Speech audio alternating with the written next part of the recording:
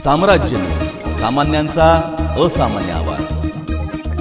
विकास विभाग याच्यामार्फत आपण प्रत्येक वर्षी वारकऱ्यांना सेवा सुविधा देतोय।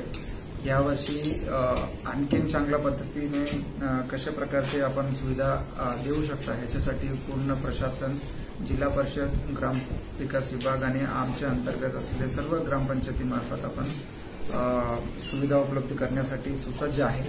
याच्यामध्ये मुख्यतः यावर्षी पावसाचे वातावरण बघून वारकऱ्यांना सुविधा देण्यासाठी जे प्रत्येक 2 ते 3 किलोमीटरवर निवारा शेड उभे करणं, वॉटरप्रूफ मंडप उभे करणं, तसेच मुक्कामीच्या ठिकाणी जर्मन हँगर करणं हे खूप महत्त्वाचे आहे। मागच्या वर्षी जवळपास 3,15,000 स्क्वेअर फूटचे आपण मंडप आणि जर्मन हँगर उभे केले होते। यावर्षी पावसाचे वातावरण बघून आपण जवळपास 7,12,000 स्क्वेअर फूट पर्यंत आपण ही सुविधा उपलब्ध करतोय, म्हणजे जवळपास 2 ते 2.5 पट आपण वाढवलेली आहे।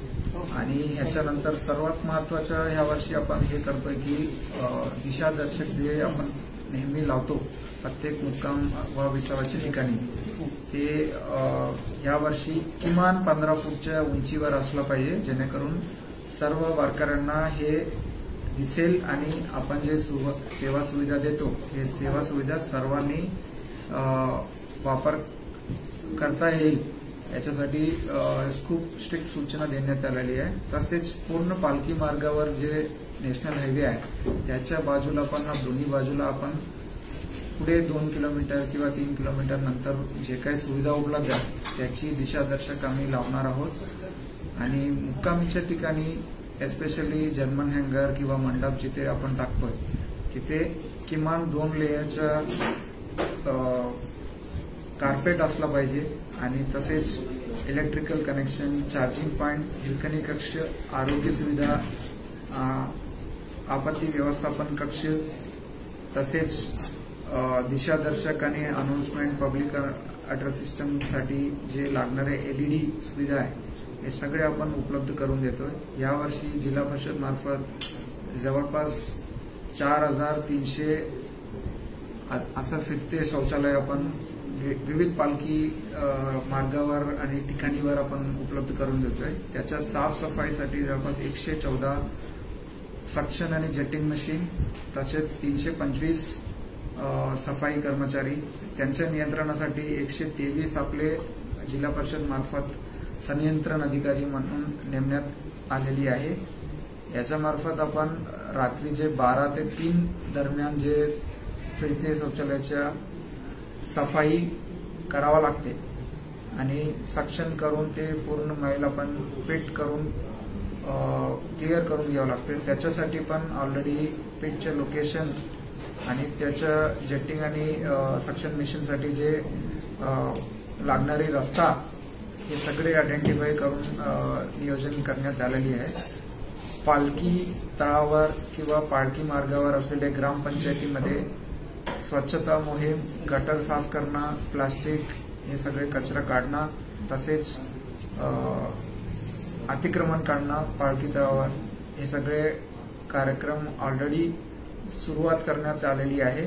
आणि येणाऱ्या काळात म्हणजे पुढच्या 5 ते 10 दिवसात आपले सर्व पालखी तळावर आणि पाणीचे फीडिंग पॉइंट्स, तसेच टॉयलेट जिथे आपण उभे करणार त्या ठिकाणी चिखल होऊ नये म्हणून मुरमीकरणचं काम सुरू करणार आहेत। आणि शक्यतो 25 तारीख ते 26 तारीखपर्यंत सर्वच ठिकाणी हे सर्व मुरमीकरणचे कामं आपण कंप्लीट करणार आहोत। याच्यानंतर आरोग्य विभागामार्फत मागच्या वर्षी जवळपास 10 ते 11 ICU आणि ट्रॉमा सेंटर्स आपण उभे केलेली होते आणि ह्या वर्षी ते वाढवून 21 पर्यंत आपण नियोजन करण्यात आलेली आहे।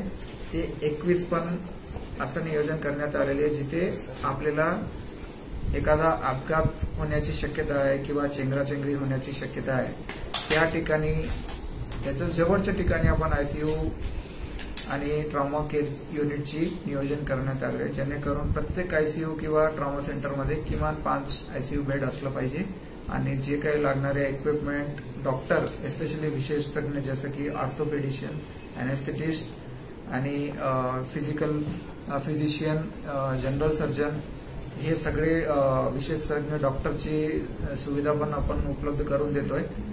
याचबरोबर आपण ह्या वर्षी नाविन्यपूर्ण योजनामध्ये आपण प्रत्येक पालखी मुक्कामीच्या ठिकाणी आपल्या जिल्ह्यात जवळपास 100 ते 150 प्रत्येक ठिकाणी फूट मसाजरची सुविधा वारकऱ्यांना संध्याकाळी त्यांच्या विश्रांतीसाठी हे सेवा उपलब्ध करून देणार आहोत. आणि ह्याचबरोबर प्रत्येक आपले जे पालखी तळ आहे त्या ठिकाणी खूप मोठ्या प्रमाणे प्लास्टिकची कचरा असतात, ते सगळे प्लास्टिक संकलन करणं आणि पालखी पुढे गेल्यानंतर त्या पालखी तळाच्या साफसफाई करणं, याच्यासाठी वेगळे टीम्स आमच्या ग्रामपंचायत विभागामार्फत नेमण्यात आलेली आहे. आणि पूर्ण पालखी मार्गावर प्रत्येक 2 किलोमीटरच्या रस्त्यामध्ये आमच्या टीम घंटागाडी आणि लागणारे साहित्य सहित साफसफाईसाठी सुसज्ज राहणार आहेत. आणि हे सर्व करताना आपण सर्व वारकऱ्यांना सुविधा देण्यासाठी हे सर्व कार्यक्रम आणि सुविधा देण्यासाठी प्रयत्न करत आहोत. या सर्वांमध्ये प्रत्येक जिल्हा परिषद, आमच्या जिल्हा परिषदचे सर्व कर्मचारी, अधिकारी आणि तसेच पूर्ण सोलापूरचे नागरिक हे सगळे आमच्या या कार्यक्रमामध्ये सहभागी व्हावा आणि सहकार्य करावा. तसेच एक शेवटचा विषय राहिलेला आहे की पाणी जे आहे, पिण्याचे पाणी पूर्ण पालखी मार्गावर जवळपास 791 पाण्याचे सोर्सेस आहे. ते सर्व सोर्सेसची एकदा टेस्टिंग झालेली आहे. यावर्षी आपण 3 वेळी टेस्टिंग करतोय, जेणेकरून पाणीचे जे प्रदूषणच्या इश्यू नेहमी येत असतात हे इश्यू डावलण्यासाठी आणि वेळोवेळी आपल्याला रेमेडी घेता येईल यासाठी नियोजन करण्यात आलेले आहे. आणि टँकर जे आहे 224 टँकर आपण यावर्षी उपलब्ध करून देतोय. या टँकरमध्ये पाणी भरल्यानंतर प्रत्येक फीडिंग पॉइंटला पाणी भरल्यानंतर प्रत्येक टँकरची ओटी टेस्ट होणार आहे. आणि ओटी टेस्ट झाल्यानंतर टँकरचे जे वरच्या भागात आपण स्टिकर लावून त्या ठिकाणी आरोग्य विभाग तसेच पाणी पुरवठा विभागाच्या संयुक्त स्वाक्षरीने टेस्टिंग झाल्याच्या खात्री करतोय, जेणेकरून त्या पाणी कुठून आला किंवा ते टँकर कुठून निघाला हे सर्व आपल्याला नियंत्रण ठेवता येते. आणि लोकांना आणि वारकऱ्यांना स्वच्छ पिण्याच्या सुयोग्य पाणी देण्यामध्ये आपण यश प्राप्त करण्यासाठी प्रयत्न करतोय. हे सगळे सांगून मी माझं 2 शब्द सांगतो. 536 अधिकारी तसेच 4212 कर्मचारी हे पूर्ण मोठा जे आपले आषाढी वारी कार्यक्रम आणि पालखी सोहळा आहे त्याच्यामध्ये सहभागी होणार आहोत. आणि याच्यामध्ये इतर जिल्ह्याकडून पण आपण काही कर्मचारी आणि अधिकाऱ्यांना हे कार्यक्रमासाठी आपण घेत आहोत, जेणेकरून हे पूर्ण जे पालखीच्या कार्यक्रम आणि आषाढी वारी यात्रा ही पूर्ण यात्रा विनाचूक आणि विना काही अपघाताने हे पूर्ण यशस्वीरित्या पार पडण्यासाठी आपण प्रयत्न करीत आहोत. आता आपल्या जिल्ह्याचे पालकमंत्री माननीय आमदार जयकुमार गोरे सर यांच्या कल्पनेतून आपण वारीच्या मार्गामध्ये जे अल्टरनेटिव्ह रस्ता आपल्याला उपलब्ध करून द्यायचा, ते जवळपास 26 रस्ता नॉन प्लॅन रस्ता आपल्याला प्लॅन रस्ता म्हणून करून घेतलेले आहे. त्याच्यापैकी जे 16 रस्ता जे आपल्याला पालखीसाठी जे खूप महत्वपूर्ण आहे ते सर्व रस्त्यांची ऑलरेडी कामं सुरुवात करण्यात आलेली आहे. जवळपास 3.80 कोटी ग्रामविकास विभागामार्फत आपल्याला उपलब्ध करून देण्यात आलेले आहे.